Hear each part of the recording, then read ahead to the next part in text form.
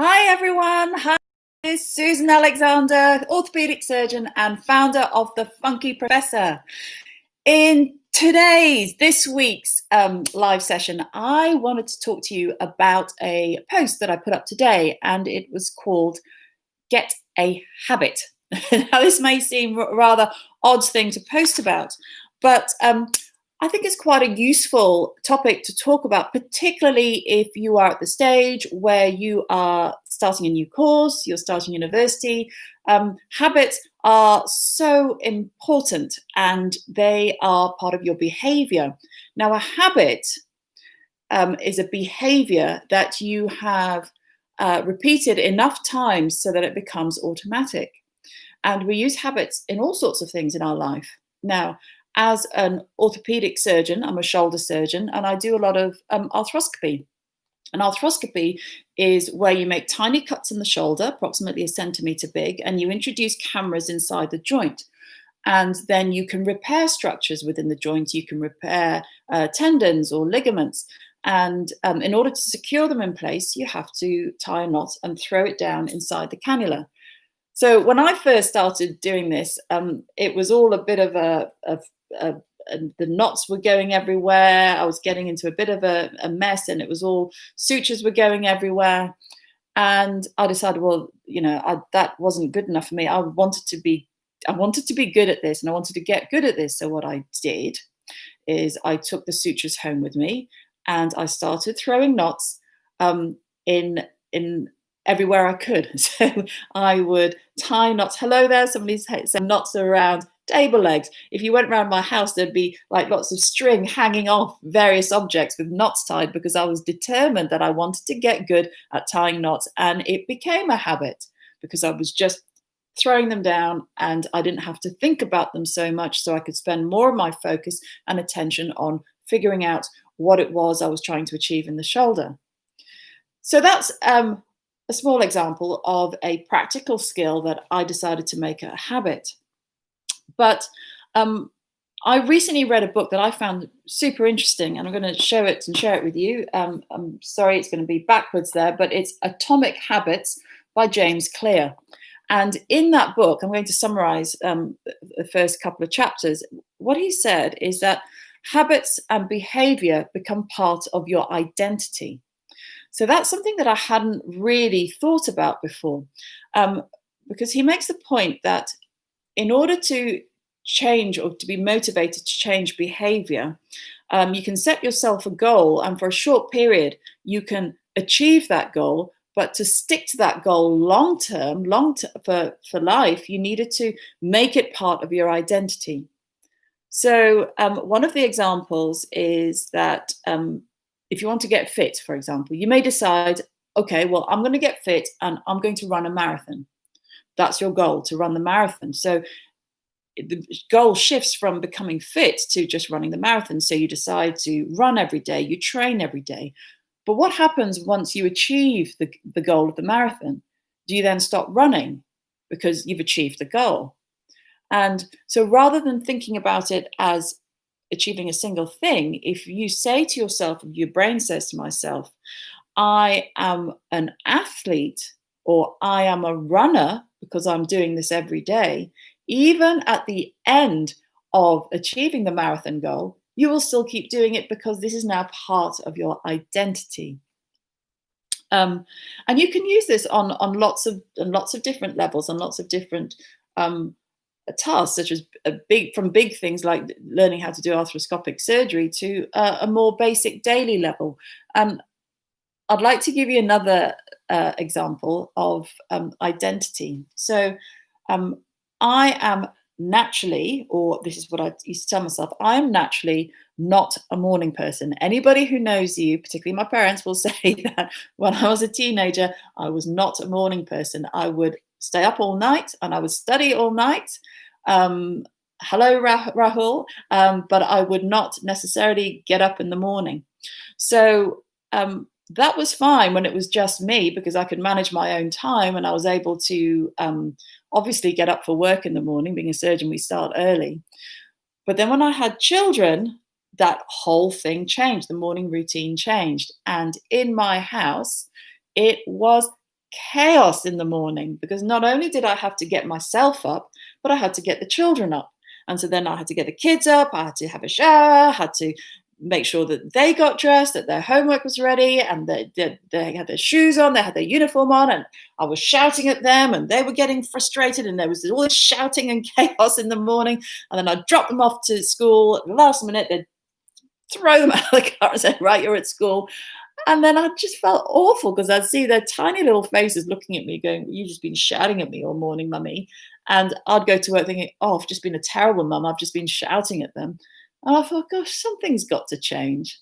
This can't be the way that we're going to do things. And so a few weeks ago, I made, it wasn't a, massive, it seems like an obvious decision to make, but I decided, oh, I'm going to get up earlier. Now, that may seem simple, but for somebody like me who had told themselves for several years, I'm not a morning person, to get up at 6 o'clock was a big deal.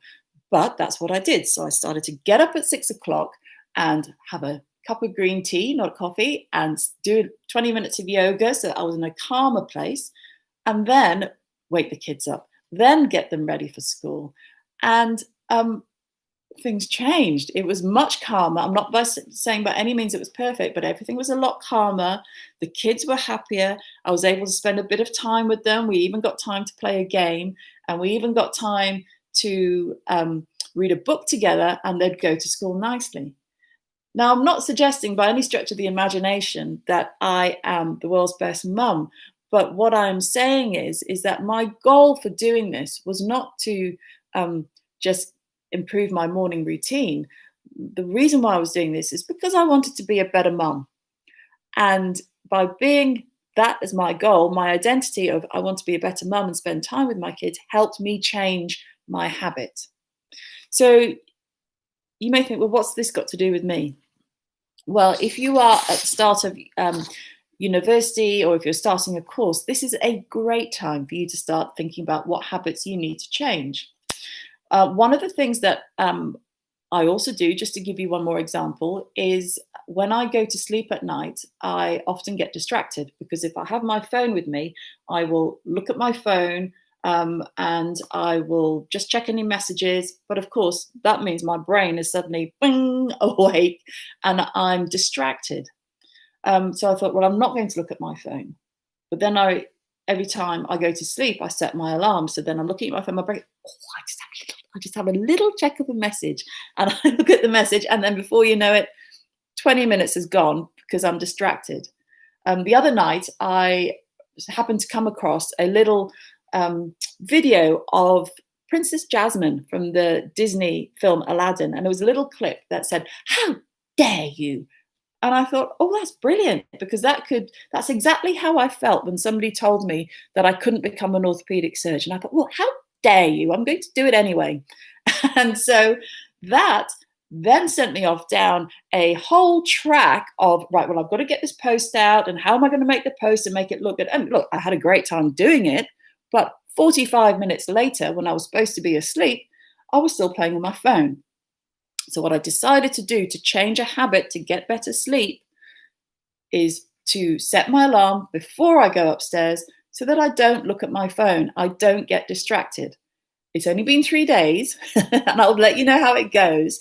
But that small change, I'm hoping, is going to make a big difference to me getting better sleep, to waking up with a fresher mind in the morning. So what can you do? In his book, the Atomic Habits book, makes the point that if you change 1% every day for a whole year, by the end of the year, you will be 35 times better at something. So 1%, not 35% better, 35 times better. So I'd love you to have a think about what can you do to put into place a habit that's going to make you better. So this is part 4 of a series of lectures that I've been doing about how to set you up for success. So the first part was, think of your goal. What is your goal? And not just, I want to be X, a doctor, because I'm using that example only because I'm a doctor. But what is it that you need to get there to be a doctor? What sort of doctor do you want to be? Or a nurse, or it could be a physiotherapist. It doesn't matter. What do you need to get there? What sort of person do you have to be? Then week 2 was write your manifesto. So write down a list of what you stand for, what you believe in. If somebody was to describe you to me, what would they say? And last week was something that a lot of people aren't terribly good at, is writing down what you're good at. So when you look at those things and you realize, okay, well, I need to be here. And in order to get that, I need to put these steps into place. Start looking at, okay, well, what am I good at? What habits do I have? What habits can I develop to get there? And what habits can I start to develop to get there? Now, I know that I don't know where you are all watching me from today, but I do know that here in England at the moment, students are going through a really, really tough time. And if that is you, I am so sorry that this is happening to you. I know that a lot of you have been restricted. A lot of you have been put into lockdown, where you've just left your home for the first time and you're going to university and you're not allowed to leave your room or your halls of residence. And that's got to suck, and is going to be really hard to find the motivation to get through the days. And I know a lot of you will be missing home, and my thoughts, my love is going out to you.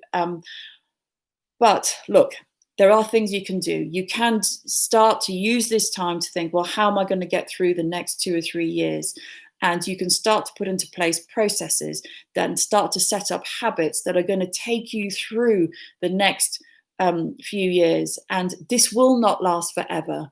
You will get there. Things will change, and do it step by step. Do it bit by bit.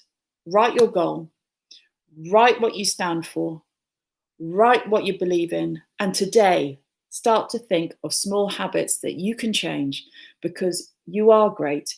You are going to succeed, and this will not last forever. And I wish you all the very best of luck and sending you lots of love.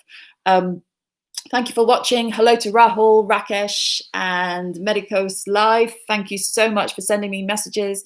I hope that's been useful. I am thinking about doing a few lectures on anatomy.